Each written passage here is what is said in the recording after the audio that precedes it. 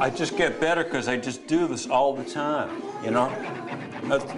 Like, I've been drawing portraits constantly for like the last 2 years. That's all I do, every day. You get better at it. Life for John Sarkin is very different now from when he was a chiropractor 20 years ago. A stroke he suffered after surgery changed his brain and his personality forever. He has permanent double vision and deafness in his left ear. He also has trouble maintaining his balance.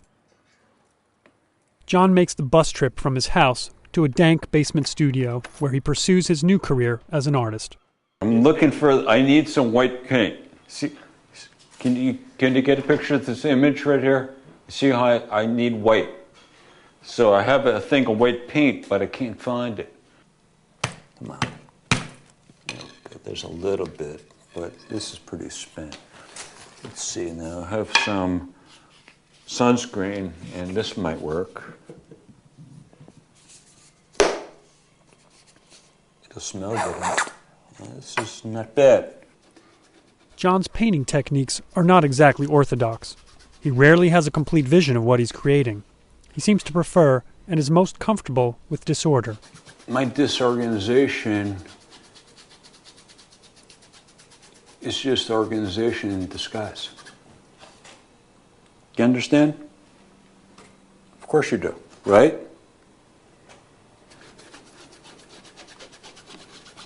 If I was disorganized, if I was organized in the conventional sense,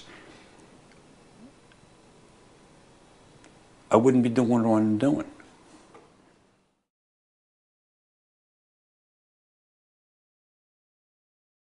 I remember thinking to myself, like, this is what it feels like to die. It was 1988, on the Cape Ann golf course in Essex. A blood vessel in Sarkin's brain became swollen and was rubbing up against an acoustic nerve. I was bent over to get a tea out of my bag, okay? And I felt like my head was exploding. My vision was weird, my hearing was weird, and I finished this hole, and I finished the next hole. Played very poorly because I was obviously distracted, and then about 10 days later, the very unpleasant auditory sensations turned into ringing, which didn't really stop until the surgery.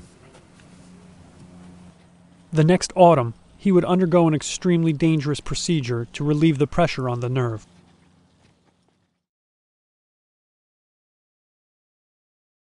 Do it for me.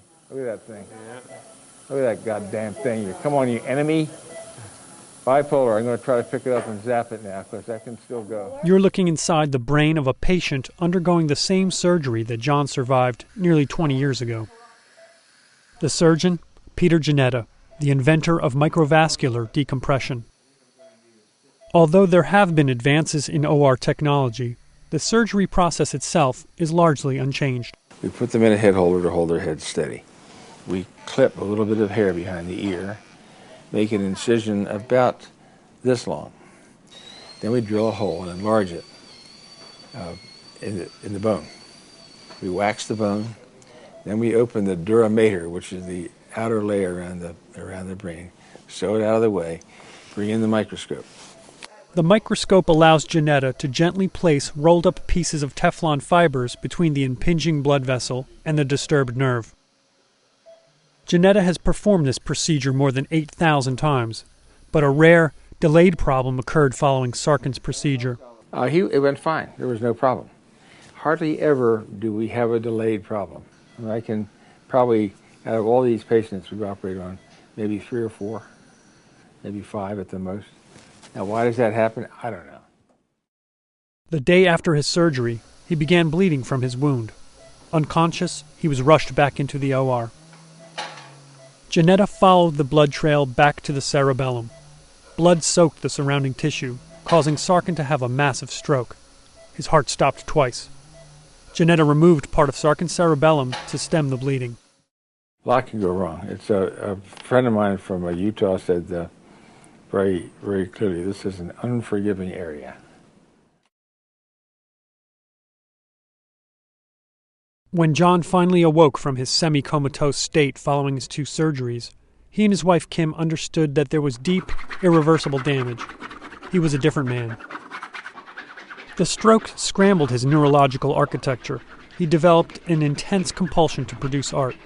John refers to his syndrome as obsessive-compulsive, manic-depressive, creative disorder. Neurologist Alice Flaherty talks about the anatomical changes in John's brain.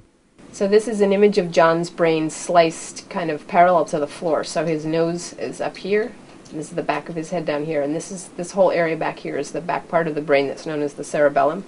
So in this picture, the unhealthy part is here on the right side of the image, although it's actually the left side of John's body because of the way they take the picture. Flaherty discusses the surgeries. You first had a regular surgery where they were going to do a decompression of your 8th nerve. Then you had the bleed. Then they had to do an emergency surgery, and that's a very standard practice. If you have a cerebellar bleed, there's not much room back there to bleed into, and the blood can start forcing the rest of your brain down into your spinal cord, and that's what kills you. Now, cerebellar deficit alone could explain my higher functional changes.